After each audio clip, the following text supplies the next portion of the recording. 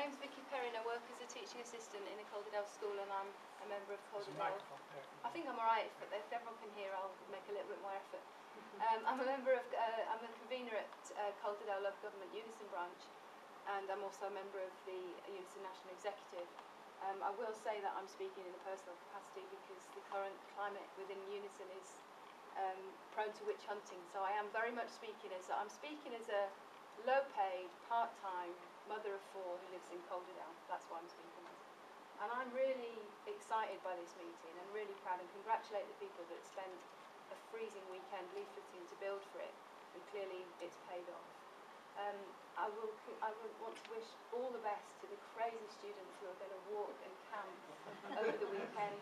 I would suggest that we could have a quick whip round and maybe produce the price of a bed and breakfast family room or something, but I'm sure that would defeat the object. So the best of luck to you, and I'm really proud that Calderdale and Halifax and the Calder Valley are joining the wave of confident student protest that's going on in this country at the moment. And in a sense, that's our leadership, really. The youth are leading us at the moment in this country. And as a mum of 4 and a mum of young people, I mean, it's brilliant that it's coming from there. And I want to echo, really, I want to applaud the students, applaud the action that's going to take place in Calderdale College this week.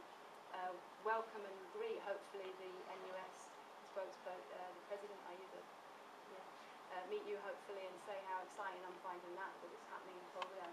But I also just really want to make the point about leadership that my colleague down here made, and echo what he said about the absolutely disgraceful abdication of leadership by the first of the TUC in this country over the last period, and then obviously consequently by the leaderships of our various unions, my own included.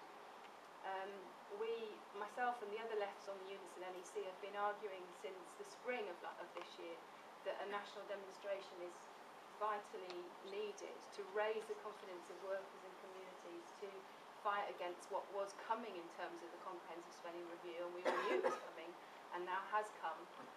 We've argued for a national demonstration this year since the beginning of the year, and sadly my own union really reflects the least confident members, if you like, and what it doesn't do is boost the confidence of its membership and lead, which is what I was elected to do as on a programme of a fighting and democratic union, and I believe is the responsibility of the leadership of the trade unions. And sadly we're still waiting. I'll be going to the NEC on Wednesday this week to see what developments, if any, are happening, particularly around the pensions threat that we're facing, and the talk of action, united action with the teaching unions in schools in the spring, which let's hope we can pull off. Let's hope we can, stand up and defend our pensions. We've defended them once before in unison local government, and we brought the country to a standstill in 2006 over the threat to our pension schemes.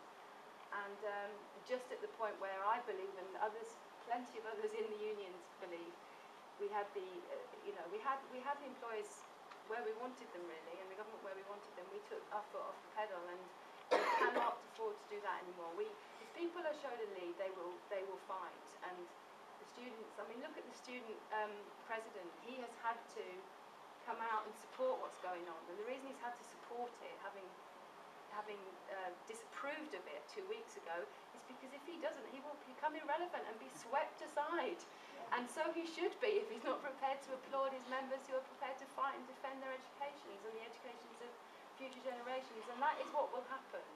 And that is hopefully what will happen within the trade union movement, that we can demand as members, firstly of the executives, and down through the regions, and most importantly the members, demand that the leaderships lead, that the unions show a fighting lead, that they reach out to community campaigns like this, community bodies like this will become a Save Our Services or an Anti-Cuts Alliance. It will join the hundreds of similar movements across the country.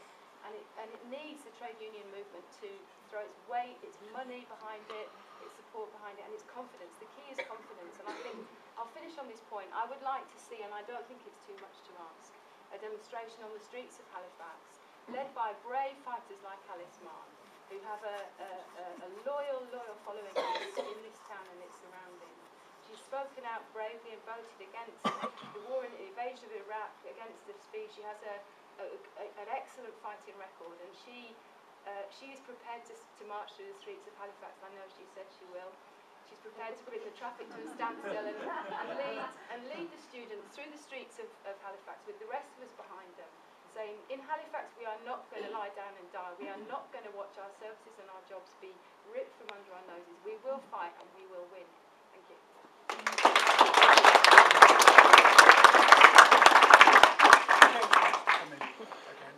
Yes, sorry. I just want to come back briefly to echo what Sue said and support Sue in the remarks she made about. I understand the idea of standing anti-cuts candidates. I can see how that would be an appealing idea. Unfortunately, as most of you know, I'm a member of the Green Party. Now, the Green Party has been unequivocally opposed to these cuts right from the start. There's been no shilly-shallying and, oh, well, we thought this, but then we did that. We've been absolutely, completely opposed to them. If you don't believe me, feel free to look it up. I'm not saying you should all vote Green, but, vote for whoever you want to. But I think from the Green Party point of view, it would be a little bit unfortunate if there are anti-cuts candidates standing, because if there's also a Green candidate, then that places us in a difficult position. Yeah. Can I say something? Yeah, sure. Just 1 second. On the notice that's going round about your attendance, there's a section which asks if anybody's willing to stand and serve on a steering committee for this group that we're hoping to form. And could I test vote at the moment? Are we in favour of forming a group? Yeah. Yeah. Fine.